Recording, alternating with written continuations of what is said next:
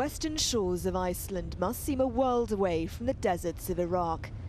Like many Iraqi Palestinians, the GHANNAN family story is a tragic one. ABEER's husband was killed by militia in Baghdad. A widow with 4 children, the family fled to the Al-Walid camp on the Syrian border. Although pleased to be here, they carry painful memories of what they left behind. I know I'm one of the lucky ones picked to come to Iceland. I feel for all the Palestinians left behind in the refugee camp who now have to go through the hardships that I know so well. The lack of water, the hygiene, the health conditions, things that are unacceptable. ABEER's home is full of new possessions donated by the Red Cross, but she's keener to show us reminders of her old life in Baghdad. This is my husband. Integrating isn't going to be easy. Even tasks like shopping are daunting if you can't speak the language. The meat is pig. Okay.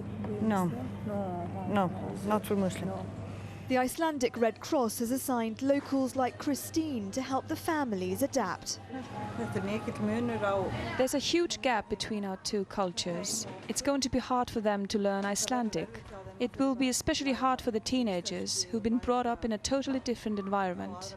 Keen to make them feel welcome, the town organises this meeting for the GHANNANs and the 24 other women and children invited to live in Iceland.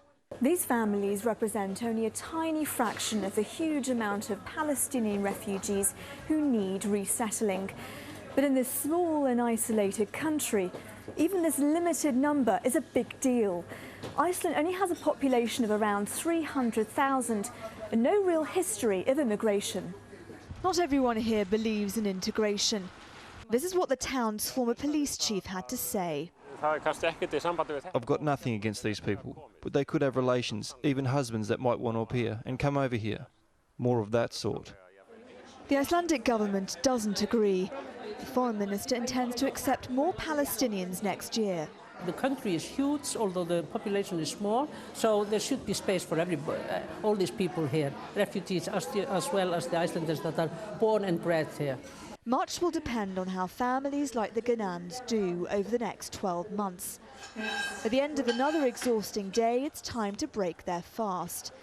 In these new and strange surroundings, they're planting their own religious and cultural roots. Nazanine, Moshiri, Jazeera English, Iceland.